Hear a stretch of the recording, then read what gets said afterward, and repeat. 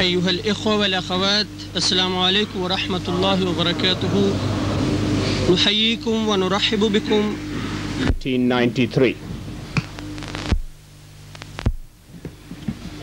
السلام علیکم ورحمۃ اللہ. اذان دے دیں. اليوم رمضان المبارك عام 1400.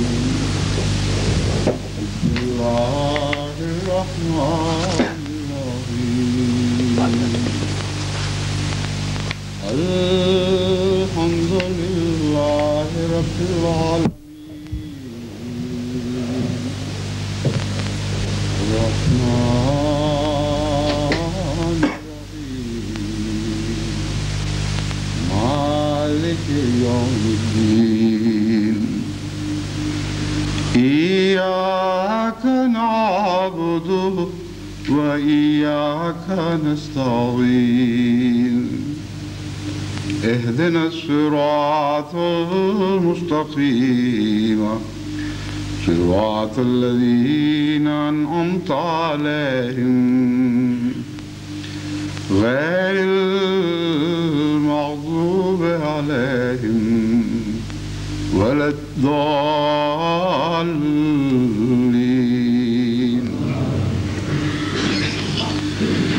يا أيها الذين آمنوا كتب عليكم الصيام كما كتب على الذين من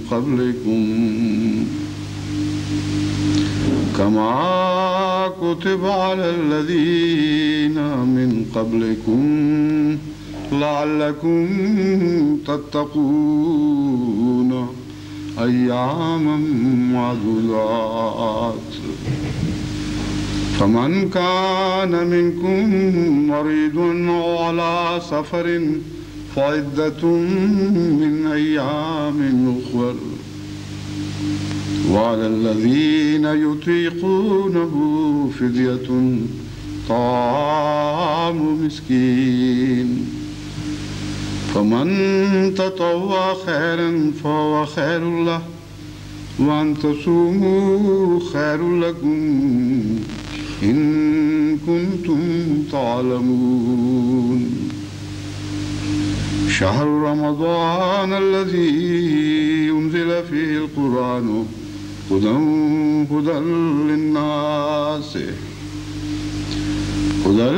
للناس وبينات من الهدى والفرقان فمن شهد منكم الشهر فليصمه ومن كان مريضا أو على سفر فعدة من أيام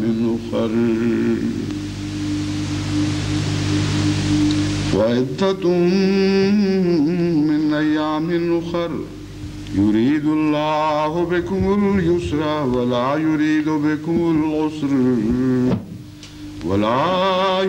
بكم العسر ولتكملوا العدة ولتكبروا الله على ما هداكم ولعلكم تشكرون وإذا سألك عبادي عني فإني قريب أجيب دعوة الداع إذا دعاني فليستجيبوا لي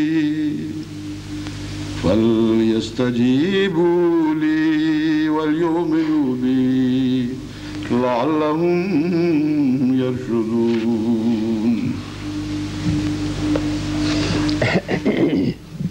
سورہ بقرہ کی جو آیات Huzur has recited 87 اور رمضان کی عبادات اور ان کے فوائد سے ہے، لیکن ان کا ترجمہ پیش کرنے سے پہلے میں چند دو تین عمومی باتیں آپ کے سامنے رکھنا چاہتا ہوں۔ آج کا وہ مبارک دن طلوع ہوا ہے اس جمعے کی شکل میں، جس میں خدا تعالیٰ کے فضل سے احمدیت کو دین کی اشاعت کی راہ میں ایک اور سنگ میل اور ایک تیسرا سیٹلائٹ اسٹیشن ہمیں ملا ہے، جس کے نتیجے میں اب وہ حصے دنیا کے جن میں پہلے خلا تھا وہاں بھی اب خدا کے فضل سے جماعت احمدیہ کی اسلام کی آواز اور جماعت احمدیہ کی طرف سے اسلام کا پیغام صوتی اور نظری صورت میں پہنچایا جا سکتا ہے۔ اس سے مراد یہ ہے پہنچ رہا ہے، لیکن جس کے سننے کے کان ہوں وہ سنے، جس کی دیکھنے کی آنکھیں ہوں وہ دیکھے۔ حضرت عیسیٰ کے نزول میں بھی جو تمثیل بیان فرمائی گئی تھی وہ یہی تھی کہ جو مولوی سیڑھیاں لگائیں گے انہی کے اوپر پاس وہ آئے گا، یعنی آسمان سے تو اترے گا لیکن کوئی سیڑھیاں ہی نہیں لگائے گا، اپنا دل ہی پیش نہیں کرے گا، تو کیسے اس کے دل میں جاگزی ہوگا؟ تو یہ مضمون بڑا دلچسپ مضمون ہے۔ جہاں تک اللہ تعالیٰ کی طرف سے عطا کردہ توفیق کا تعلق ہے، آج احمدیت یعنی حقیقی اسلام کا پیغام، یا احمدیت تو ایک ذریعہ اور شاخ ہے، یوں کہنا چاہیے کہ اسلام کا پیغام، اس اسلام کا پیغام جو قرآن کا پیغام ہے، اس اسلام کا پیغام جو محمد مصطفیٰ صلی اللہ علیہ وآلہ وسلم کا پیغام ہے، وہ آج دنیا کے کونے کونے میں پہنچ رہا ہے۔ توفیق کی الگ بات ہے، کسی کو توفیق ہے تو سنے اور دیکھے، جسے توفیق نہیں ہے تو اس کی توفیق کو بدلنا بندے کا کام نہیں، وہ تو اللہ کے اختیار میں ہے۔ مجھے یاد ہے جب میں وقف جدید اور خدام الاحمدیہ وغیرہ کے سلسلے میں پاکستان کے دیہات کے دورے کیا کرتا تھا، اور بنگلہ دیش میں بھی اس وقت پاکستان کا حصہ تھا جاتا تھا، تو میں نے محسوس کیا کہ دوروں کے نتیجے میں جماعتوں میں ایک نیا ولولہ پیدا ہوتا ہے، اور تمام مرکزی نمائندگان کو خدا تعالیٰ نے یہ استطاعت بخشی ہے کہ جب وہ سفر کرتے ہیں، دورہ کرتے ہیں، تو جماعت میں ایک نئی زندگی پیدا ہو جاتی ہے۔ لیکن میں نے بطور خاص اپنی ذات میں یہ محسوس کیا کہ چونکہ میرا خونی تعلق حضرت مسیح موعود علیہ السلام سے تھا، اس لیے جماعتیں نسبتاً زیادہ اثر قبول کرنے کے لیے تیار بیٹھی ہوتی تھیں۔ تو اثر کا تعلق محض اس آواز سے نہیں ہے جو پہنچا رہی ہے، ان دلوں سے بھی ہے جو قبولیت کا مادہ رکھتے ہیں یا قبولیت کے لیے تیار ہوتے ہیں۔ بس دنیا میں پیغام پہنچانے میں دو پہلو ہیں، ایک وہ آواز جو پیغام پہنچاتی ہے اور ایک وہ دل جو اس آواز کی طرف مائل ہوتے ہیں یا اس کے خلاف منفی رد عمل دکھاتے ہیں۔ بس دوسرا پہلو جو ہے وہ دعاؤں سے حل ہو سکتا ہے۔ حضرت اقدس محمد مصطفیٰ صلی اللہ علیہ وآلہ وسلم کی آواز تو وہی ایک ہی مقدس آواز تھی جو ابو بکر کے کان پر بھی پڑتی تھی، علی کے کان پہ بھی پڑتی تھی، اور وہی آواز ابو جہل بھی سنتا تھا اور اکرمہ اور شیبہ نے بھی سنی، مگر زمینیں مختلف تھیں۔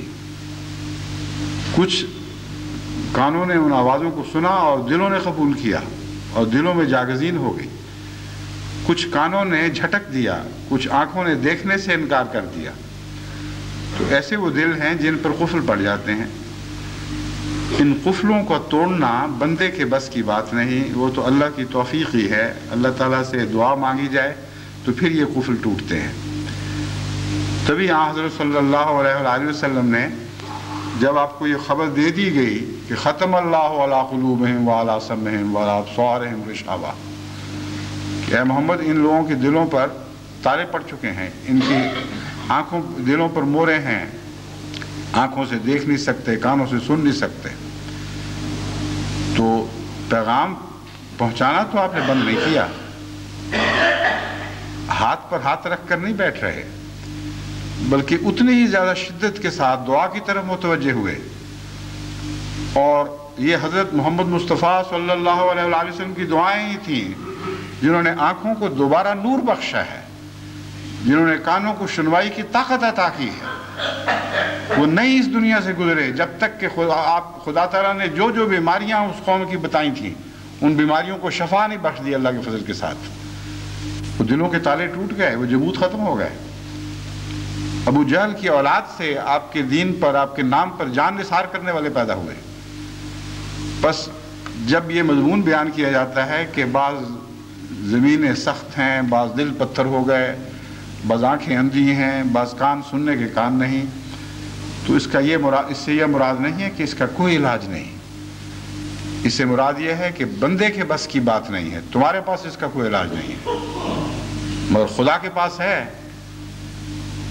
اللہ کی طاقت کے متعلق تو حضرت اقدس محمد رسول اللہ صلی اللہ علیہ وآلہ وسلم نے یہ ایک نقشہ یوں بیان فرمایا کہ جس طرح دو انگلیوں میں ایک چیز پکڑی ہوئی ہو، یوں کرنے سے اس کا رخ بدل جاتا ہے، یوں دوبارہ کریں تو پھر اسی طرف پلٹ جاتی ہے۔ تو اس طرح خدا کے ہاتھ میں کہ دو انگلیوں میں انسان کے دل ہیں، جب چاہے ان کا رخ جس طرف چاہے پھیر دے۔ بس یہ مضمون بتاتا ہے کہ اگرچہ اب خدا کے فضل کے ساتھ اسلام اور قرآن اور محمد رسول اللہ کی آواز صلی اللہ علیہ وآلہ وسلم دنیا کے کونے کونے میں پہنچ رہی ہے، مگر خدا ان دلوں کو سننے والے، قبول کرنے والے دل بنا دے، ان کانوں کو سننے والے اور دلوں تک پیغام بھیجنے والے کان بنا دے، ان آنکھوں کو دیکھنے والی آنکھیں، اور پھر اپنے ذہنی اور قلبی تصورات میں ان نقوش کو جما دینے والی آنکھیں بنا دے جو محمد رسول اللہ کے حسن کے نقوش ہیں۔ ایسی صورت میں انشاءاللہ پھر بڑی تیزی کے ساتھ دنیا میں اسلام پھیلے گا۔ بس اللہ تعالیٰ نے وہ تمنا کہ میں گاؤں گاؤں پہنچوں اس طرح پوری کر دی، اور وقف جدید سے جو میرا تعلق قائم ہوا اور پہلے نمبر پہ مجھے رکھا گیا، اب میں سمجھتا ہوں کہ خدا کی تقدیر تھی، میرے ذریعے ہی مجھے خدا نے یہ توفیق بخشنی تھی کہ میری وہ تمنائیں پوری ہوں اور میں خود گاؤں گاؤں پہنچ جاؤں۔ اور اس کا میں انتظار کر رہا تھا کہ ذرا اور زیادہ یہ باتیں پھیل جائیں تو پھر انشاءاللہ تربیتی مضامین کا سلسلہ شروع کیا جائے۔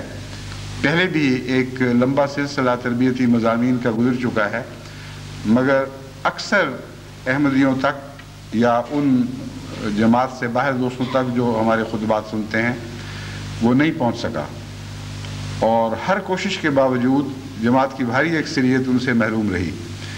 اس لیے بیانیں ہی وہی تو نہیں لیکن مضامین کم و بیش وہی رہیں گے، اور انشاءاللہ اس سلسلے کو دوبارہ مختلف رنگ میں جاری کیا جائے گا۔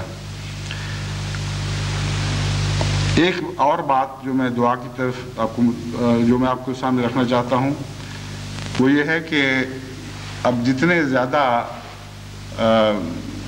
اسٹیشنز سیٹلائٹس ہم استعمال کر رہے ہیں اتنا ہی زیادہ خرچ بڑھ رہا ہے، اور جماعتیں اللہ کے فضل کے ساتھ اس فیض عام میں شامل ہیں، خواہ وہ ایک آنا بھی ادا کریں یا نہ کریں۔ یہ تو اللہ کی طرف سے رحمت کی بارش کا سا حال ہوا کرتا ہے، بعض زمینیں اس رحمت کی حقدار ہوتی ہیں، بعض نہیں ہوتی ہیں، سب پر پڑتی ہے۔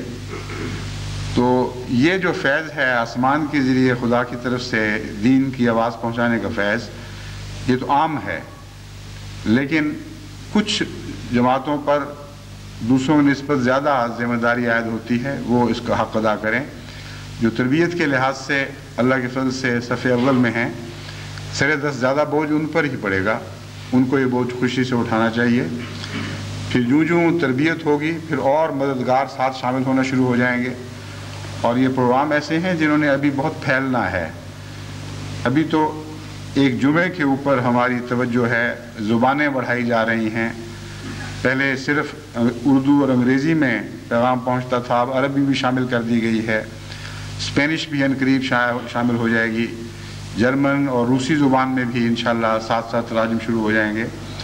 تو یہ نظام جب پوری طرح مستحکم ہو جائے گا اور اس حصے پر کاٹھی پڑ جائے گی تو پھر انشاءاللہ اور سواریاں بھی بنیں گی اور بھی انتظام چلیں گے۔ بعض دوست بڑے گھبرا کے لکھتے ہیں کہ شاید آپ کی توجہ ادھر نہیں گئی، یہ بھی ہونا چاہیے، وہ بھی ہونا چاہیے، اس قسم کے پروگرام جاری ہونے چاہیے۔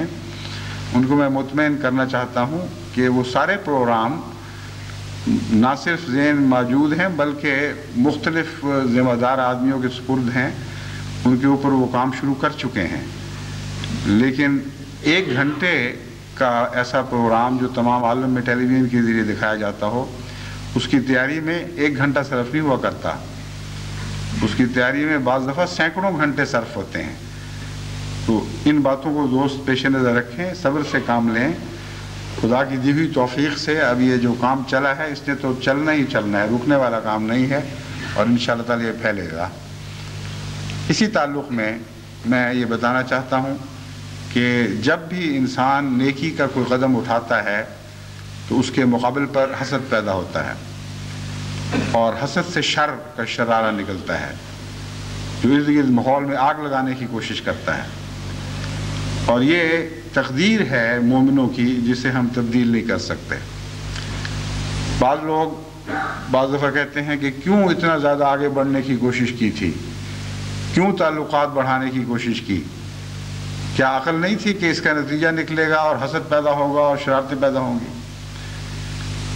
میں ایسے دوستوں کو جو ایسے دانشور عموماً حالات گزرنے سے پہلے نہیں، حالات گزرنے کے بعد پیشگوئیاں کیا کرتے ہیں، ان کو بتاتا ہوں کہ یہ نہ صرف یہ کہ مجھے علم ہے، بلکہ جب سے خدا تعالیٰ نے دنیا میں خلافت اللہ کا نظام جاری فرمایا ہے، ہر خدا کے خلیفہ کو علم ہے، اور وہ جو خدا کے خلفاء کے خلفاء ہیں، جیسا کہ میں ایک ادنا انسان ہوں، خدا کے خلیفہ کے خلیفہ ہوں، اس کو بھی علم ہے، اور یہ وہ علم ہے جو آفرین زمانے کی پیدائش سے پہلے ہی لکھا جا چکا تھا۔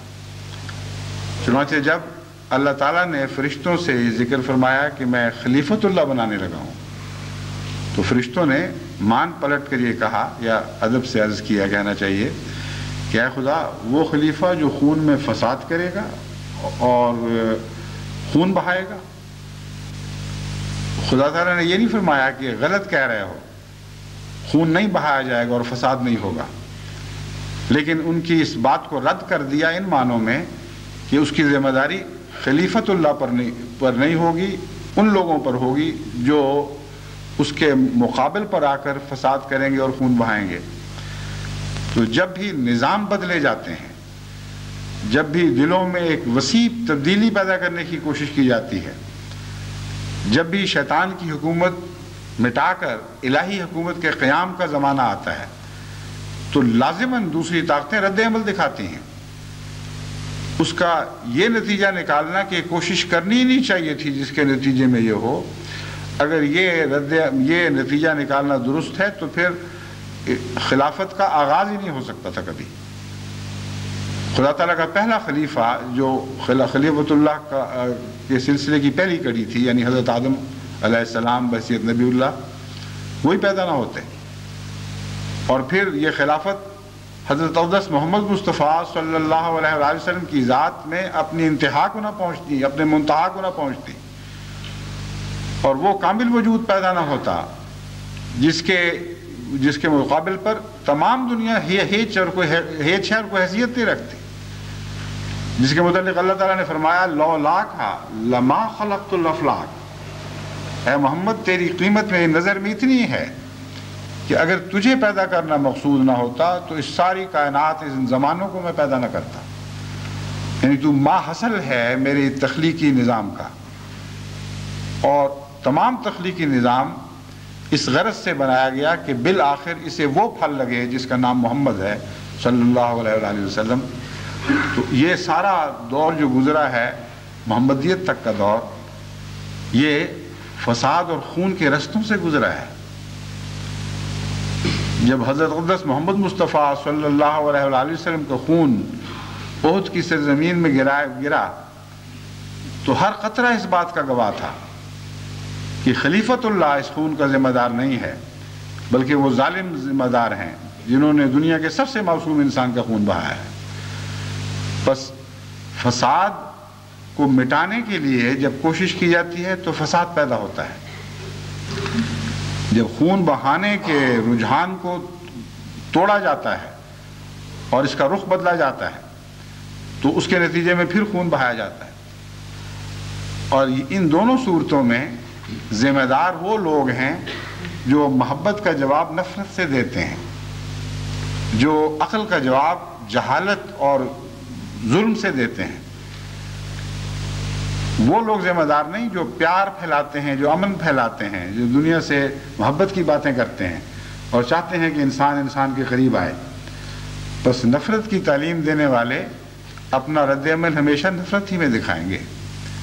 ہاں، ایک حصہ ان میں سے ایسا ہے جو محبت سے مغلوب ہوتا ہے اور ان کی زمین تھوڑی سی کٹ کر محبت کی زمین میں شامل ہو جاتی ہے، اور یہ سلسلہ اسی طرح جاری و ساری ہے۔ کچھ قدم اور چل کر پھر ماحول بدلتے ہیں، پھر ایک دفعہ تنگی کا سامان پیدا ہوتا ہے، پھر اس تنگی سے پھر ایک یسر یعنی آسانی کی حالت پھوٹتی ہے۔ تو ہم نے جو سفر کرنا ہے یہ بہت لمبا سفر ہے، ساری دنیا کو تبدیل کرنا ہے، سب نفرتوں کو مٹا کر ان کی جگہ محبتیں پیدا کرنی ہیں، اور ہر بے امنی کو ہٹا کر اس کی بجائے امن قائم کرنا ہے۔ یہ کوئی آسان سفر نہیں ہے، ہمیں اس راہ میں قربانیاں دینی پڑیں گی۔ جب امن پھیلانے کی کوشش کریں گے تو لوگ ہمارے لیے بدامنی پیدا کریں گے۔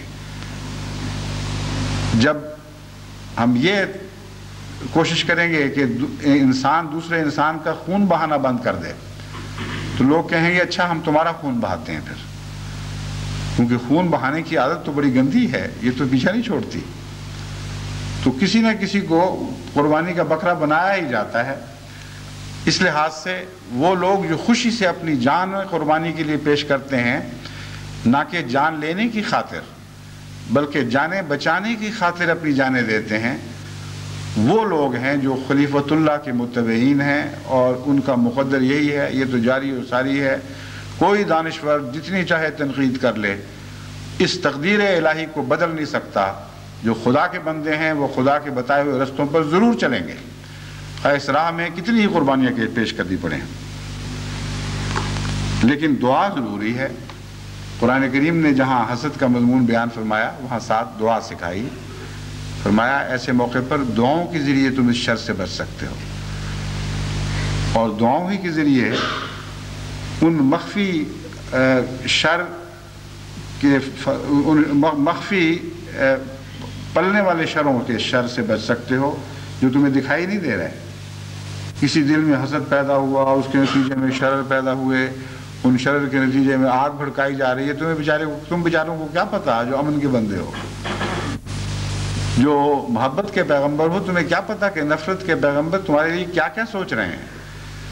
اس لیے اللہ عالم الغیب ہے، اس کی پناہ میں آؤ، جب تم اس کی پناہ میں آؤ گے اور یہ دعا کرو گے من شر حاسد اذا حسد، اے خدا جب بھی جہاں بھی کوئی حسد کے نتیجے میں شر پھیلانے کی کوشش کرے، ہم تیری پناہ میں اس حسد سے ہم تیری پناہ میں آتے ہیں، تو اللہ تعالیٰ پھر ان دعاؤں کو قبول فرماتا ہے اور اپنے کمزور اور بے طاقت بندوں کی حفاظت کا انتظام فرماتا ہے۔ اب میں ان آیات کریمہ کا ترجمہ کرتا ہوں جو میں نے تلاوت کی تھی، اور ان میں رمضان مبارک کے بہت ہی گہرے اور بہت پرلطف مضامین بیان ہوئے ہیں۔ پہلے تو یہ فرمایا یا ایھا الذین آمنوا کتب علیکم الصیام کما کتب علی الذین من قبلکم لعلکم تتقون، کہ اے ایمان لانے والو، یعنی وہ جو محمد مصطفیٰ صلی اللہ علیہ وآلہ وسلم پر ایمان لائے ہو، تم پر اسی طرح رمضان یا روزے فرض کر دیے گئے ہیں کما کتب علی الذین من قبلکم، جس طرح تم سے پہلے لوگوں پر فرض کیے گئے تھے۔ یعنی روزے کا مضمون ایک عالمی دینی مضمون ہے، ان مضامین سے تعلق رکھتا ہے جنہیں ہم کتب قیمہ کہہ سکتے ہیں، یعنی ایک ایسا مضمون ہے جس کا ہر مذہب سے تعلق ہے۔ اور امر واقعہ یہ ہے، جہاں تک میں نے نظر ڈال کر دیکھا ہے، دنیا کے تمام مذاہب میں روزوں کا تصور ہے، خواہ روزوں کی تعریف بدل جائے، کوئی چھوٹا روزہ، کوئی بڑا روزہ، کوئی آدھا روزہ، کوئی مکمل روزہ، لیکن روزہ ضرور پایا جاتا ہے کسی نہ کسی شکل میں۔ لعلکم تتقون، یہ اس لیے ضروری ہے کہ تاکہ تم دنیا کے فسادوں اور نفس کے فسادوں سے بچ سکو۔ یہاں تتقون کے مراد تقوی کا آخری مضمون بھی لیا جا سکتا ہے، لیکن ابتدائی زیادہ قرین قیاس ہے۔ روزہ اس لیے تمہیں دیا جاتا ہے تاکہ تم ہر شر سے بچو، کسی شر میں ڈالنے کے لیے روزہ نہیں رکھوایا جا رہا، بلکہ مصیبتوں، تکلیفوں، اپنے اور غیر کے عائد کردہ ابتلاؤں اور عذابوں سے بچنے کے لیے یہ ایک ذریعہ ہے۔ فرمایا ایام معدودات، کوئی لمبا عرصہ نہیں، تھوڑے سے دن ہیں، ایک مہینہ ہے، دیکھتے دیکھتے کٹ جائے گا۔ فمن کان منکم مریضا او علی سفر، ہاں تم میں سے جو بیمار ہو یا سفر کی حالت میں ہو، فعدۃ من ایام اخر، ایسے شخص کے لیے حکم یہ ہے کہ وہ یہ روزے جو چھوٹ گئے ہیں وہ بعد میں کسی دنوں میں رکھ لے۔ وعلی الذین یطیقونہ فدیۃ طعام مسکین، اور وہ لوگ جو یطیق، جن کے متعلق فرمایا یطیقونہ، اس کے دو ترجمے ہیں۔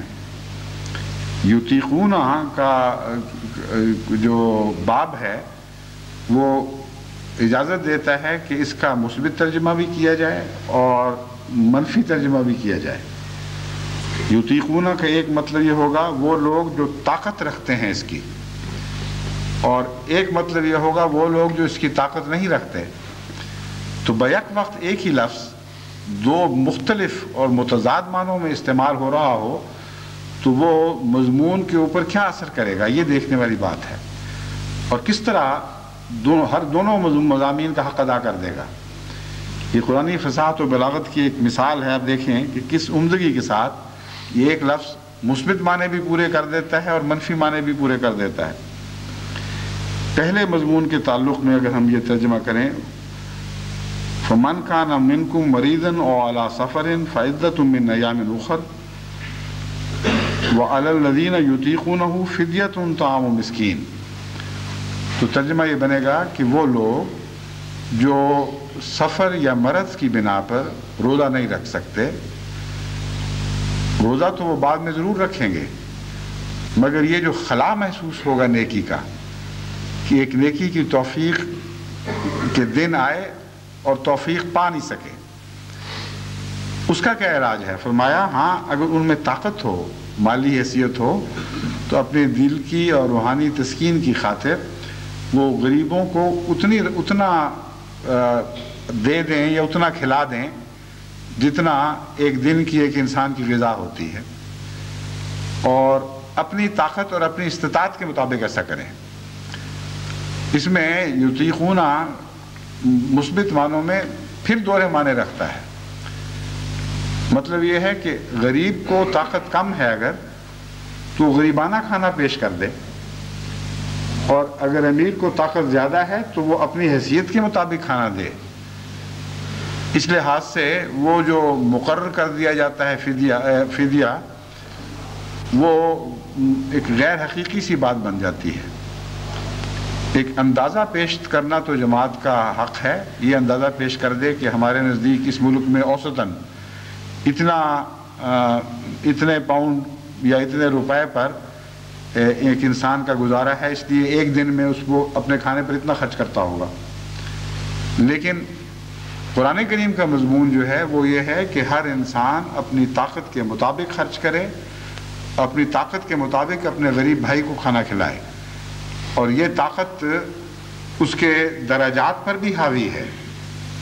کم درجے کی طاقت والا کم معیار کا کھانا پیش کرے، زیادہ درجے کی طاقت والا زیادہ معیار کا کھانا پیش کرے، جو اچھا کھاتا ہے وہ ویسا ہی پیش کرے، جو غریبانہ کھاتا ہے وہ ویسا ہی پیش کرے۔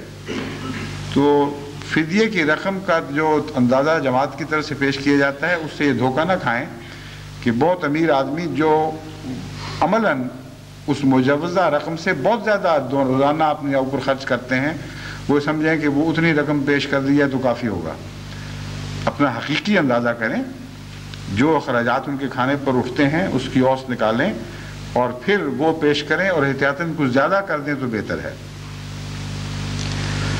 دوسرا فرمایا والذین یطیقونہ فدیۃ طعام مسکین، کہ وہ لوگ جو اس کی طاقت رکھتے ہیں، طاقت نہیں رکھتے۔ فدیۃ و طعام مسکین، یہاں طاقت نہیں رکھتے کا مضمون ایام اخر سے متعلق ہو جائے گا۔ مراد یہ ہوگی کہ ہم جو کہتے ہیں کہ جو مریض ہو یا سفر پر ہو وہ بعد میں روزے رکھ لے، لیکن اگر کسی شخص میں بعد میں روزے رکھنے کی طاقت نہ ہو، یعنی مرض لمبی ہو گئی اور دائمی بن گئی، یا کوئی اور ایسی باتیں رستے میں حائل ہو گئیں جن کے نتیجے میں بعد میں روزہ رکھنے کی توفیق نہ مل سکے، تو فرمایا ان کے لیے پھر یہ طریقہ ہے کہ وہ پھر فدیہ دے دیا کریں۔ تو دیکھیں ایک ہی لفظ نے منفی اور مثبت معنی بیک وقت مضمون کے اوپر بیک وقت ادا کیے اور مضمون کے تمام پہلوؤں پر حاوی ہو گئے۔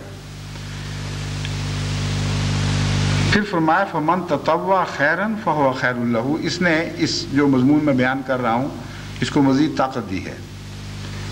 فرمایا فمن تطوع خیرا فہو خیر لہ، جو شخص طاقت رکھتا ہو اور خرچ کرے، اور جو شخص طاقت نہ رکھتا ہو بعد میں روزہ رکھنے کی اس لیے خرچ کرے، ان دونوں مضامین کے بیک بیان ہونے سے انسان کا مزاج اس طرف جا سکتا ہے کہ میں چونکہ بعد میں روزہ رکھنے کی طاقت رکھتا ہوں اس لیے میرے لیے ضروری نہیں ہے کہ میں کسی غریب کو کھانا کھلاؤں۔ اللہ تعالیٰ فرماتا ہے ضروری نہ بھی ہو تو یہ بات سوچ لو، فمن تطوع خیرا فہو خیر لہ، کہ جب نیکیوں کی بات کی جاتی ہے تو عقل والے ضروری کی بحث میں نہیں پڑا کرتے، وہ جانتے ہیں کہ نیکی نیکی ہے، اس کا فائدہ ہی پہنچے گا، اس لیے وہ ہمیشہ اپنے لیے احتیاطی پہلو اختیار کرتے ہیں اور جانتے ہیں کہ نیکی سے فائدہ ہی ہے، نقصان تو کوئی نہیں، اس لیے جو بھی خدا کی مراد ہے دونوں صورتوں میں اسے پورا کرنا چاہیے۔ وَأَن تُصُومُوا خَيْرٌ لَكُمْ إِن كُنتُمْ تَعْلَمُونَ، اور پھر فرمایا کہ اگر تم روزہ رکھو تو یہ بہتر ہے، یعنی فدیہ دینے کے باوجود پھر بھی روزہ رکھو، اور فدیے کو روزے کا بدل نہ سمجھو، کیونکہ روزہ اپنی ذات میں جو فوائد رکھتا ہے فدیہ وہ فوائد نہیں رکھتا، اس لیے فدیے کو کسی طرح بھی روزے کا بدل نہ سمجھنا۔ شہر رمضان الذی انزل فیہ القرآن ھدی للناس وبینات من الہدی رمضان کا مہینہ وہ مہینہ ہے جس میں قرآن کریم نازل ہوا۔ اس پر مفسرین نے یہ بحث اٹھائی ہے کہ سارا قرآن تو رمضان کے مہینے میں نازل نہیں ہوا تھا، آغاز ہوا ہے۔ اس کا جواب پہلے بھی میں خطبات میں دے چکا ہوں، یعنی مختلف مفسرین پہلے یہ بات پیش کر چکے ہیں خود ہی کہ اس کے دو طرح سے جواب ہیں۔ ایک یہ کہ رمضان کے مہینے میں آغاز ہوا ہے نزول قرآن کا، دوسرا یہ کہ جب قرآن کریم نازل ہوا اور ہوتا رہا تو ہر رمضان پر حضرت جبرائیل حضرت اقدس محمد رسول اللہ کے پاس حاضر ہوا کرتے تھے، اور جتنا قرآن نازل ہو چکا ہوتا تھا اس کی دہرائی کراتے تھے رمضان میں، یہاں تک کہ جب قرآن مکمل ہو گیا قرآن کا نزول تو پھر جو رمضان آیا ہے اس میں پورا مکمل قرآن دہرایا گیا ہے۔ تو انزل فیہ القرآن لفظاً لفظاً بھی پورا ہوا ہے اور مانن بھی کہ رمضان کے مہینے میں قرآن کا آغاز ہوا اور پھر ہر رمضان میں اس وقت تک جتنا قرآن نازل ہوا تھا سب دہرایا جاتا رہا۔ دوسرا ایک معنی یہ بیان کیا جاتا ہے انزل فیہ القرآن، کہ رمضان کے مہینے کا ایسا تقدس ہے اور اتنا عظیم الشان مہینہ ہے کہ گویا قرآن رمضان ہی کے بارے میں اتارا گیا ہے، اور جو کچھ قرآن کے مضامین ہیں وہ رمضان پر صادق آ جاتے ہیں۔ پس رمضان میں جو نیکیاں انسان اختیار کرتا ہے اس پر ان پر غور کر کے آپ دیکھیں کہ تمام انسانی صلاحیتوں سے تعلق رکھنے والی تمام نیکیاں رمضان کے مہینے میں اکٹھی ہو جاتی ہیں، اور ایسا کوئی اور مہینہ انسان پر نہیں آتا جس میں رمضان کی طرح نیکیوں کا اجتماع ہو اور بدیوں سے رکنے پر اتنا زیادہ زور دیا گیا ہو۔ بس یہ مضمون بھی بین ہی صادق آتا ہے کہ قرآن رمضان کے متعلق اتارا گیا ہے۔ اگر تم غور کرو گے تو رمضان کے مہینے میں قرآن کریم کے تمام مضامین صادق آتے دیکھو گے۔ بس انزل فیہ القرآن کا یہ دوسرا معنی اگر پیش نظر رکھا جائے تو اس مہینے کی عظمت بھی بڑی کھل کر انسانی ذہن پر ابھرتی ہے، پر واضح ہوتی ہے، اور دوسرے اپنی ذمہ داریاں بھی انسان پر خوب کھل کر واضح ہو جاتی ہیں۔ یعنی سارے قرآن کے اوپر عمل کرنے کی کوشش ایک مہینے کے اندر ایک غیر معمولی ایکسرسائز، انٹینس ایکسرسائز کی صورت میں ہمارے سامنے آتی ہے۔ ایک ایسی جد و جہد اور کوشش ہے جو ساری زندگی کا خلاصہ ہے، اور اس ورزش سے گزرنے کے بعد انسان کی صحت ہر پہلو سے خدا کے فضل کے ساتھ پہلے سے بہت زیادہ ترقی کر جاتی ہے۔ چنانچہ قرآن رمضان میں اتارا گیا اور رمضان کے بارے میں اتارا گیا، اس میں کن معنوں میں ہے یہ قرآن کریم خود اس کی تشریح فرماتا ہے۔ قرآن کیا ہے؟ ہدی للناس، یہ بنی نوع انسان کے لیے ہدایت ہے، وبینات من الہدی، اور ہدایت میں سے ایسی خصوصیت کے ساتھ ایسی ہدایت کی باتیں جو غیر معمولی شان کے ساتھ کھل کر دنیا کے سامنے ابھرتی ہیں، یعنی ایسی ہدایت جو تمام دنیا میں روشنی پیدا کر دیتی ہے، ان کے سارے شک دور کر دیتی ہے، ان کے سارے توہمات کے اندھیرے زائل کر دیتی ہے۔ بینات من الہدی سے مراد وہ ہدایت ہے جو انسان کا دماغ اور اس کا دل روشن کر دے۔ پھر فرمایا والفرقان، اور ایسی ہدایت جو فرق کر کے دکھا دیتی ہے، جو خدا کا ہے وہ خدا کا ہو کر دکھائی دیتا ہے، خدا کا ہوا دکھائی دیتا ہے، خدا کا بندہ بن کر غیر اللہ سے الگ ہو جاتا ہے، اور جو غیر اللہ کا ہے وہ الگ ہو جاتا ہے اور پہچانا جاتا ہے کہ یہ کون ہے۔ بس رمضان کے مہینے میں قرآن کریم اپنی یہ تینوں شانیں دکھاتا ہے۔ عام انسانوں کے لیے درجہ بدرجہ ہدایت بخشتا ہے، ہدایت کے سامان فرماتا ہے، اور زیادہ ترقی کرنے والوں کے لیے ہدایات میں سے بینات ان کو عطا کرتا ہے، اور بینات کے نتیجے میں فرقان پیدا ہوتی ہے۔ جب روشنی ہو تو فرق ہوا کرتے ہیں، کالے گورے کی تمیز اندھیرے میں تو نہیں ہوا کرتی، وہ تو روشنی ہو تو ہوتی ہے۔ تو فرمایا پھر ایسے لوگوں کو فرقان نصیب ہوتی ہے، وہ خود فرقان بن جاتے ہیں گویا کہ قرآن کی برکت سے۔ تو قرآن کی یہ 3 صفات ہیں جو رمضان کے مہینے میں خدا کے بندوں میں پیدا ہونی شروع ہو جاتی ہے، یا قرآن کریم کی یہ 3 صفات ہیں جن سے خدا کے بندے رمضان میں بطور خاص استفادہ کرتے ہیں۔ فرمایا فمن شہد منکم الشہر فلیصمہ، اس سے پہلے بھی حکم گزر چکا ہے، لیکن وہ حکم عمومی تھا، ہم نے پہلوں پر بھی فرض کیا تھا، ان کے فائدے کے لیے تھا۔ تم جانتے ہو کہ کوئی تعلیم عالمی تعلیم نہیں ہو سکتی جب تک اس کے اندر غیر معمولی اہمیت نہ پائی جائے۔ بس خدا نے جب تمام دنیا میں ہر شریعت میں رمضان رکھا، روزے رکھے، تو اس میں ضرور حکمت کی بات ہے، کوئی فائدے کی بات ہے۔ بس بغیر کسی تردد، بغیر کسی مزید سوال کے تم بھی اس مہینے سے فائدے اٹھاؤ، یہ مضمون تھا۔ اب ان فوائد کو کھول دیا گیا اور خوب روشن کر دیا گیا کہ وہ کتنے عظیم الشان کیا کیا فوائد ہیں۔ اب جو تکرار ہے یہ پہلے حکم کے مقابل پر زیادہ قوت رکھتی ہے اور حجت تمام کرتی ہے انسان پر۔ اس مضمون کو پڑھنے کے بعد پھر جب حکم آتا ہے کہ اچھا اب روزے رکھو، تو کسی انسان کے لیے کوئی عذر باقی نہیں چھوڑتا۔ یہ حکم کسی انسان کے لیے کوئی عذر باقی نہیں چھوڑتا، کیونکہ روزے کی حکمتیں، اس کے فوائد خوب کھول کر بیان فرما دیے گئے ہیں۔ فمن شہد منکم الشہر فلیصمہ، پس جس کو بھی توفیق ملے کہ وہ رمضان کا مہینہ دیکھے، اسے چاہیے کہ اس میں روزے رکھے۔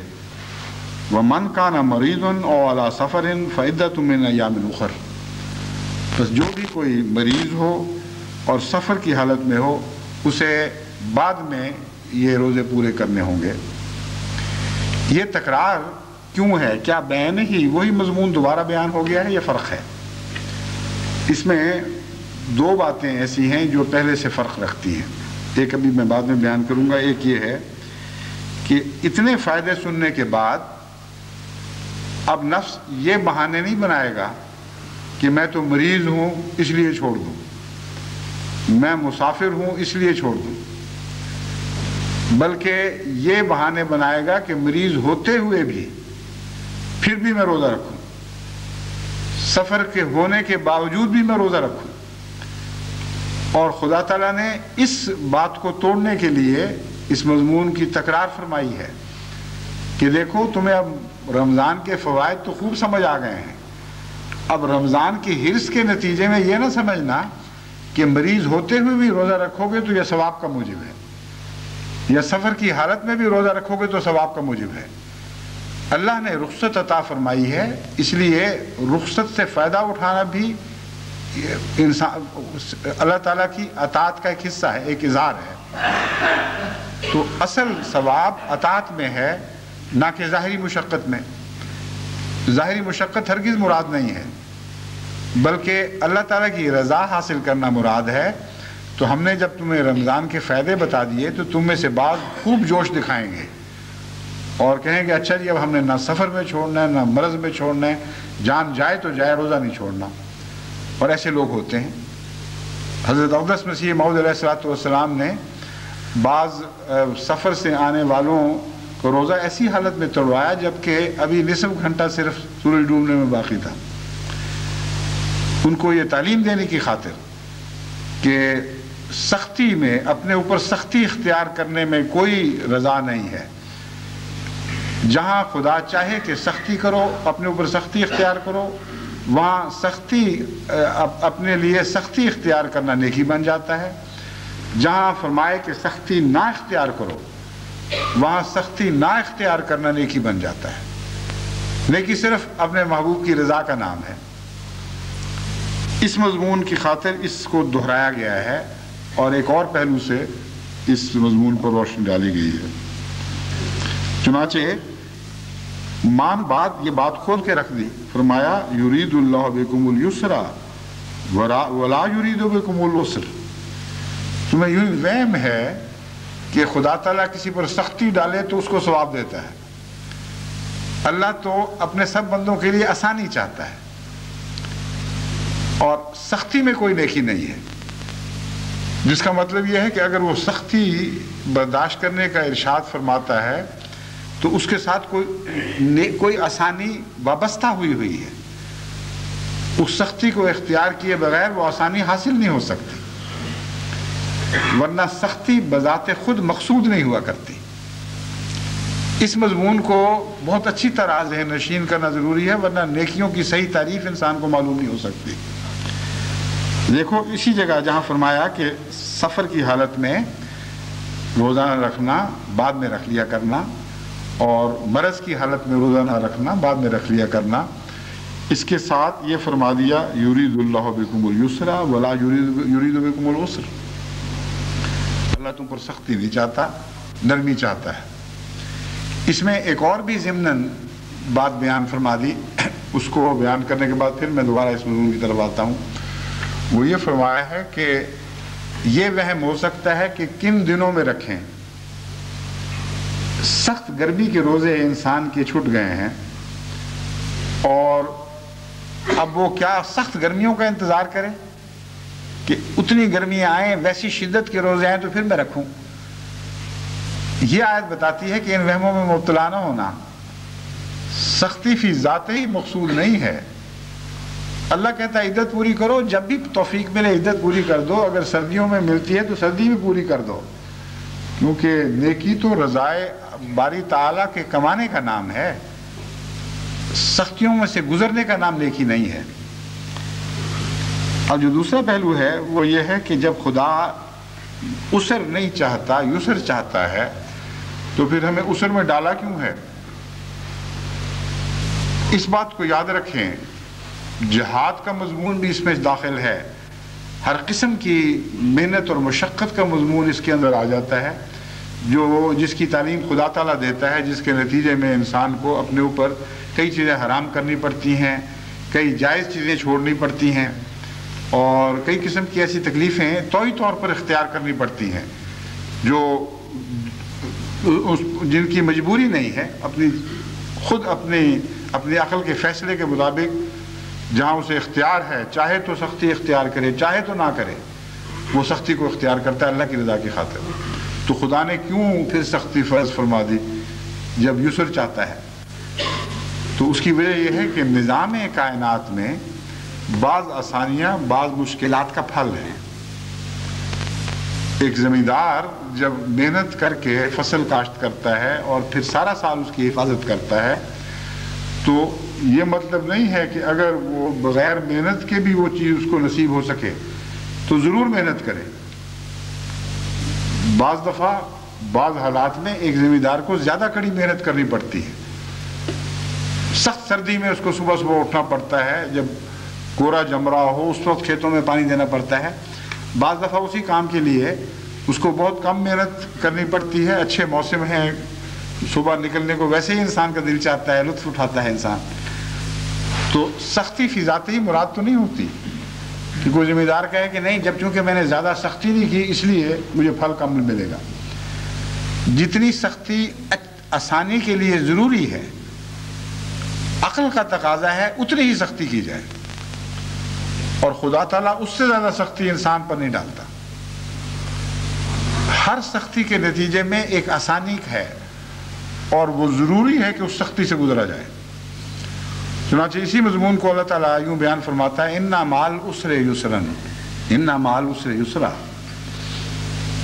کہ دیکھو ایک بظاہر اس کا ترجمہ یہ کیا جاتا ہے ہر عسر کے بعد ایک آسانی ہے، ہر عسر کے بعد ایک آسانی ہے، مگر اگر بنظر غور دیکھیں تو ہر عسر مراد نہیں ہے۔ بعض قومیں سختی کی چکی میں پیسی جاتی ہیں، وہ شدائد اور مصائب کا شکار ہو کر پارا پارا اور ریزہ ریزہ ہو جاتی ہیں، اور ان کے لیے کوئی آسانی بعد میں نہیں آتی۔ تو العسر سے مراد وہ عسر ہے یہاں جس کی قرآن نے تعلیم دی ہے، وہ عسر جو خدا کی رضا کی خاطر اختیار کیا جاتا ہے، وہ سختی جو انسان خدا کی خاطر جھیلتا ہے۔ ہر وہ سختی جس کا شریعت سے تعلق ہے اس کے متعلق لازماً یہی قانون ہے اور کوئی اس کو بدل نہیں سکتا کہ انا مع العسر یسرا، انا مع العسر یسرا. یاد رکھو جتنی پابندیاں تم پر لگائی گئی ہیں، جتنی سختیاں تم پر عائد کی گئی ہیں، ان میں سے ایک بھی بے فائدہ نہیں ہے، ہر ایک کا فائدہ ہے، ہر ایک کے نتیجے میں تمہیں آسانیاں نصیب ہوں گی. بس یہی وہ مضمون ہے جس کو اللہ تعالیٰ یوں فرماتا ہے یرید اللہ بکم اليسر ولا یرید بکم العسر. عسر اپنی ذات میں کبھی بھی خدا کا مقصود نہیں رہا کہ سختی کی خاطر سختی ڈالو، بلکہ آسانی پیدا کرنا ہے. جہاں آسانی سختی کے رستوں سے گزرنے کے بعد نصیب ہوتی ہے وہاں تمہیں سختی سے گزارا جائے گا. اگر ایک بچے کو اسکول بھیجے بغیر وہ تمام تعلیم ودیت ہو جائے جو اسکول جانے کے نتیجے میں آتی ہے، تو کسی ماں کو کیا ضرورت ہے کہ اس کو صبح اٹھائے، مصیبت میں مبتلا ہو، اسے مصیبت میں مبتلا کرے اور روزانہ اسکول بھی بھیجے، اس کے خرچ بھی برداشت کرے. اگر گھر بیٹھے ایک صبح اسے سب کچھ مل جائے اور علم اور ذہن روشن ہو جائیں تو کوئی ماں اس مصیبت میں نہیں پڑے گی. مقصد تکلیف دینا نہیں، بلکہ تکلیف کے بعد جو خوش منظر اس کے سامنے رہتا ہے، جو اعلیٰ فوائد اس کو دکھائی دے رہے ہوتے ہیں، ان فوائد کی خاطر ماں بچے کو تکلیف میں ڈالتی ہے. اور اگر ایسی تکلیف میں ڈالے جس کا فائدہ کچھ نہ ہو تو وہ جہالت ہے. بس اس مضمون کا اس سے بھی تعلق ہے جو میں نے پہلے بیان کیا. ہمیں جب خدا تعالیٰ ایک کامیابی کے بعد کچھ تکلیفوں میں پڑنے دیتا ہے، اس کے نتیجے میں حسد بھی پیدا ہوتے ہیں اور کئی قسم کی مشکلات اور روکیں کھڑی ہو جاتی ہیں، تو اللہ تعالیٰ فرماتا ہے کہ یہ روکیں پیدا کرنا مقصود نہیں تھا. ان روکوں کے نتیجے میں خدا کی خاطر جو تمہیں دکھ ملتے ہیں پھر، اور تمہارے دل ایک قسم کے عذاب میں مبتلا ہو جاتے ہیں کہ اچھا ہے، اچھی پاگل دنیا ہے، ہم نے ان کے لیے نیکی کی، یہ آگے سے نفرتوں کے ذریعے جواب دے رہے ہیں، ہم ان کی بھلائی چاہتے ہیں، یہ پاگل ڈنڈے لے کر ہمارے پیچھے پڑ گئے، ہم پیار اور محبت کا پیغام دیتے ہیں، یہ گالیاں دیتے ہیں. تو فرمایا کہ یہ جو عسر پیدا ہوا ہے، اگر تم دعائیں کرو گے تو یہ عسر پھر یسر میں بدلے گا، کیونکہ یہ عسر خدا کی خاطر ہے. بس وہ عسر جو تم خود قبول کرتے ہو اللہ کی رضا کی خاطر، وہ بھی ایک عسر ہے جس کے بعد یسر پیدا ہوگا. اور وہ عسر یعنی تنگی اور مصیبتوں کا زمانہ جو تم پر غیر کی طرف سے ٹھونسا جاتا ہے اور تمہاری اس کوشش کے نتیجے میں تمہیں مصیبت میں مبتلا کیا جاتا ہے کہ تم مصیبتیں دور کرنا چاہتے ہو، تم لوگوں کے آرام کے سامان کرتے ہو، وہ تمہیں دکھ دینے پر کے درپے ہو جاتے ہیں. اس کے نتیجے میں بھی خدا کا وعدہ ہے کہ اگر تم دعا کے ذریعے مجھ سے مدد لو گے تو میں اس عسر کو بھی آسانی میں تبدیل کر دوں گا. فرمایا وَلِتُكْمِلُوا الْعِدَّةَ وَلِتُكَبِّرُوا اللَّهَ عَلَى مَا هَدَاكُمْ وَلَعَلَّكُمْ تَشْكُرُونَ. یہ ایسی اس لیے ہے لِتُكْمِلُوا الْعِدَّةَ، ہم نے سختی کی خاطر تمہیں روزے دہرانے کا حکم نہیں دیا. ابھی عام مضمون دوبارہ شروع ہو رہا ہے، بلکہ عدت جو ہم نے مقرر فرمائی ہے وہ ضرور پوری کرنی ہے. اگر 29 روزے فرض ہوئے ہیں تو 29 پورے کر کے دکھانے ہوں گے تمہیں، بچنا نہیں. اگر 30 پورے ہیں تو پھر 30 پورے کرنے ہوں گے. وَلِتُكَبِّرُوا اللَّهَ عَلَى مَا هَدَاكُمْ، تاکہ تم اس ہدایت کے نتیجے میں جو تمہیں اس کے نتیجے میں نصیب ہوگی اللہ تعالیٰ کی تکبیر کرو. وَلَعَلَّكُمْ تَشْكُرُونَ، اور پھر تم خدا کے شکر گزار بندے بنو. شکر گزار انسان تب بنتا ہے جب اسے کوئی فائدہ پہنچتا ہے اور اس فائدے کا مزہ اٹھاتا ہے. تو اس میں ایک یہ وعدہ ہے کہ جب تم روزوں میں سے گزرو گے تم میں سے بعض بڑی مشکل محسوس کریں گے، بڑی تنگی محسوس کریں گے، کس مصیبت میں پڑ گئے. اور بہت سے لوگ ہیں جو جتنا رمضان قریب آتا ہے اتنا ڈر رہے ہوتے ہیں کہ آ گئے نہ پھر وہ دن، وہ سختی دن، روز صبح اٹھنا، روز صبح کھٹے ڈکار، گرمی ہو تو پیاس، سردی ہو تو بھوک، کن کن مشکلوں سے ہم نے گزرنا ہے. آدھی راتوں کو اٹھنا ہے، وہ دن آرام کے ختم، وہ عیش کی راتیں ختم. یہ سوچیں لے کر رمضان میں داخل ہو رہے ہوتے ہیں. لیکن جو خدا کی خاطر برداشت کرتے ہیں وہ شکر ساتھ ساتھ کرنا شروع کر دیتے ہیں، کیونکہ ہر رمضان گزرنے کے بعد ان کا نفس گواہی دیتا ہے، وہ اپنے کھلی آنکھوں سے دیکھ رہے ہوتے ہیں کہ اس رمضان کا ان کو بہت فائدہ پہنچا ہے۔ بے وجہ کے گوشت، بے وجہ کی چربیاں جو چڑھا بیٹھے تھے سستیوں میں وہ جھڑ جاتی ہیں، گناہوں کی میل جو جگہ جگہ لگ گئی تھی اور چمٹی بیٹھی تھی وہ اترنے لگتی ہے، اور بعض انسان چتکبرے بن کے نکلتے ہیں، یعنی ایک انسان بہت دیر سے نہایا نہ ہو نا تو اس کے اوپر میل اور گند اس طرح چمٹ جاتے ہیں کہ جب وہ نہانے کے بعد تولیہ پھیرتا ہے تو کہیں سے میل اترتی ہے، کہیں سے چمٹی رہتی ہے، لیکن جتنا بھی بدن صاف نظر آنا شروع ہے شکر ہی پیدا ہوتا ہے نا۔ تو وہ لوگ جو چتکبرے بن کے نکلتے ہیں وہ بھی شکر کر رہے ہوتے ہیں کہ شکر ہے کوئی گند تو ہٹا، ہم نے اپنی جلد کی اصل صاف صورت تو دیکھ لی، اس طرح ہم پیدا ہوئے تھے۔ یہ حسین فطرت ہے جس پر خدا نے انسان کو پیدا کیا تھا۔ ہر مولود جو فطرت پہ پیدا ہوتا ہے اس کا کچھ نظارہ تو وہ اپنی آنکھوں سے دیکھتے ہیں اور پھر مزید کی تمنا پیدا ہو جاتی ہے۔ کچھ ایسے ہیں جن پر تھوڑے سے داغ لگے ہوتے ہیں، وہ دھل کر صاف ہو کر ایک نوزائیدہ بچے کی طرح، جیسے ابھی وہ ماں کے پیٹ سے معصوم پیدا ہوا ہو، اس طرح رمضان میں سے گزرتے ہیں، اور ان کا رد عمل شروع سے ہی شکر کا ہی ہوتا ہے۔ رمضان پاس آ رہا ہوتا ہے تب بھی وہ شکر گزار ہو رہے ہوتے ہیں۔ یہ جانتے ہیں کہ رمضان اگر فرض نہ ہوتا تو اس کے فائدے دیکھنے کے باوجود ہم اپنی کمزوری کی وجہ سے ان فائدوں سے محروم رہتے تھے، جیسا کہ سارا سال گزر گیا۔ اور اللہ کی شان ہے، ہم جانتے ہیں کہ فائدہ مند ہے، ہمیں شوق بھی ہے ان فائدوں کا، لیکن انسانی کمزوری راہ میں حائل تھی، اللہ نے فرض کر کے زبردستی ان سے گزار دیا، تو وہ بھی شکر کر رہے ہوتے ہیں۔ بس شکر کا مضمون بتاتا ہے کہ ہر ایک کو اپنے فوائد دکھائی دینے لگتے ہیں۔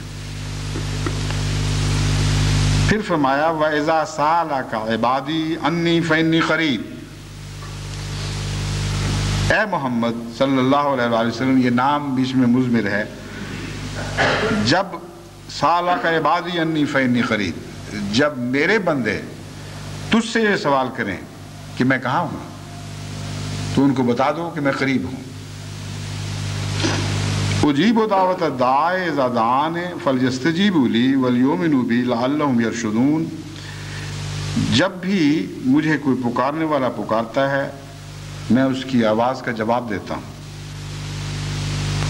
فلیستجیبوا لی، بس ان کو بھی چاہیے ایسے لوگوں کو کہ وہ میری بات کا بھی تو جواب دیا کریں، یہ تو نہیں کہ یک طرفہ سلسلے محبت کے چلیں۔ ان کو مصیبت پڑے، مشکل میں مبتلا ہوں، وہ آواز دیں کہ اے خدا کر دے یہ کام، اور میں فوراً دوڑا ہوں اور وہ کام کر دوں۔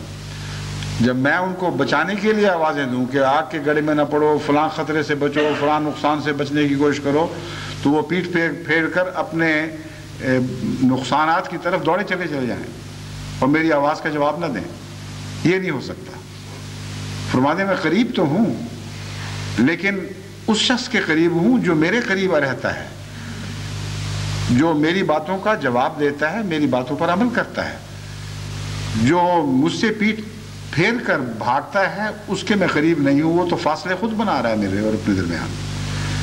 بس انہی قریب کا مضمون یہ بیان فرما کے پھر فرمایا وَلْيُؤْمِنُوا بِي لَعَلَّهُمْ يَرْشُدُونَ، بس وہ چاہیے کہ وہ لوگ مجھ پر ایمان لائیں تاکہ وہ ہدایت پائیں۔ یہاں اس بات کو پیش نظر رکھنا چاہیے کہ ایک تو اس کا تعلق براہ راست رمضان سے بھی ہے، وَإِذَا سَأَلَكَ عِبَادِي عَنِّي فَإِنِّي قَرِيبٌ، یہ سارا مضمون رمضان کا بیان ہو گیا۔ اس کی اصل جزا کیا ہے؟ یہ شکر تک بیان ہوا ہے کہ شکر تو کرتے ہیں، لیکن جزا کی تفصیل بیان نہیں ہوئی تھی۔ آپ دیکھ لیں اتنی بڑی نیکیاں ہیں اور جزا کی کوئی تفصیل بیان نہیں ہوئی، حالانکہ اس سے پہلے جو معمولی سی نیکیوں کا بھی ذکر جہاں قرآن کریم میں اور ملتا ہے وہاں تفصیل جزا کی بہت تفصیل بیان ہوتی ہے۔ ہدایت اور بینات اور ہدا اور الفرقان کا قرآن کے حوالے سے ذکر ہے۔ ہم نے تفصیلاً یہ معنی کیے کہ اس مہینے سے جب وہ گزرتے ہیں تو انہیں یہ چیزیں نصیب ہوں گی، مگر یہ تو خود نیکیاں ہیں، جزا تو نہیں۔ ایک معنی میں جزا بھی ہیں لیکن فی ذات ہی نیکیاں ہیں جن کی جزا ملنی چاہیے، تو جزا کا کوئی ذکر نہیں نظر آیا۔ یہ آیت بتاتی ہے کہ خدا جزا ہے رمضان کی، اور یہ وہ نیکی ہے جس کے نتیجے میں خود اللہ تعالیٰ جزا بن جایا کرتا ہے۔ فرمایا فإنی قریب، مجھے وہ اپنے قریب دیکھیں گے۔ بس وہ لوگ جو رمضان میں سے گزر جاتے ہیں اور نیکیاں اختیار کرتے ہیں مگر خدا کو قریب نہیں پاتے، ان کے لیے لمحہ فکریہ ہے، ان کو اپنے متعلق غم لگا لینا چاہیے، فکر لگا کے بیٹھ لینا چاہیے کہ ہم نے کیا کیا، سارے مہینہ سختیاں جھیلی اور یسر پھر بھی نہ آیا، ہم خدا کے قریب ہونے کی کوشش کرتے رہے مگر خدا آج بھی ہم سے دور ہے اور وہ فاصلے پاٹے نہیں گئے۔ بس رمضان کی صداقت کا اعلان ہے اور اس کی پہچان ہے۔ اگر رمضان سچا گزرا ہے تو اس طرح پھر رمضان اپنی جزا دیا کرتا ہے، اور اگر رمضان سچا گزرا ہے تو اس کی جزا ضرور خدا ہوگا اور تم خدا کو اپنے پاس دیکھو گے۔ فَلْيَسْتَجِيبُوا، پھر وہ زیادہ اس بات کے اہل ہوں گے کہ خدا کی آواز پر لبیک کہہ سکیں، کیونکہ جب ایک دفعہ پھل چکھا دیا جائے تو دوبارہ محنت کرنے کی صلاحیت پہلے سے بڑھ جایا کرتی ہے۔ جو مقصد تھا وہ حاصل ہوا، نظر آیا کہ اب خدا قریب آ گیا ہے۔ فَلْيَسْتَجِيبُوا لِي کا ایک یہ بھی مطلب ہے، جب وہ مجھے قریب دیکھیں گے تو پھر میری باتیں زیادہ غور سے سنیں گے۔ بس یہ ایسا مضمون ہے جو دونوں طرح عمل دکھلا رہا ہے، بہت ہی خوبصورت مضمون ہے۔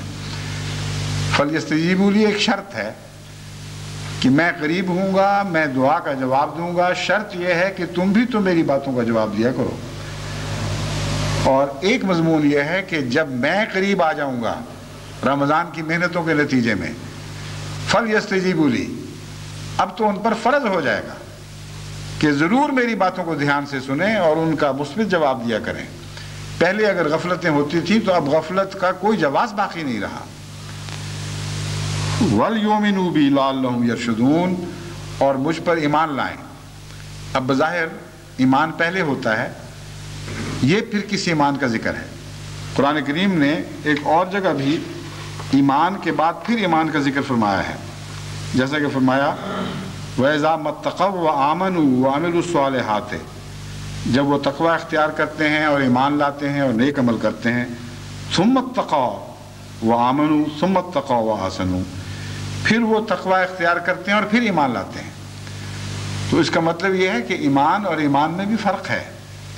ایک ایمان ہے دور کے خدا پر، اس خدا پر ایمان نہ ہو تو کوئی پاگل تو نہیں جو روزے رکھے، روزے رکھتا ہی تب ہے کہ ایک دور کے ایک مجمل سے خدا پر ایمان ہے۔ جب روزے رکھتا ہے تو وہ خدا قریب آ جاتا ہے، اور قریب سے دیکھنے پر جو ایمان پیدا ہوتا ہے اس کا مزہ ہی اور ہے، اس کی لذت ہی اور ہے، اس کے نتیجے میں استجابت بھی پیدا ہوتی ہے، اور استجابت کے نتیجے میں پھر ایمان بڑھتا ہے۔ بس یہ وہ رمضان کا مضمون ہے جو قرآن کریم نے ان چند آیتوں میں بیان فرما دیا، اور سارا مہینہ ہمیں ان مضامین سے گزرنا ہے۔ اس کے باقی سے انشاءاللہ آئندہ خطبہ میں بیان کروں گا۔ السلام علیکم ورحمۃ اللہ۔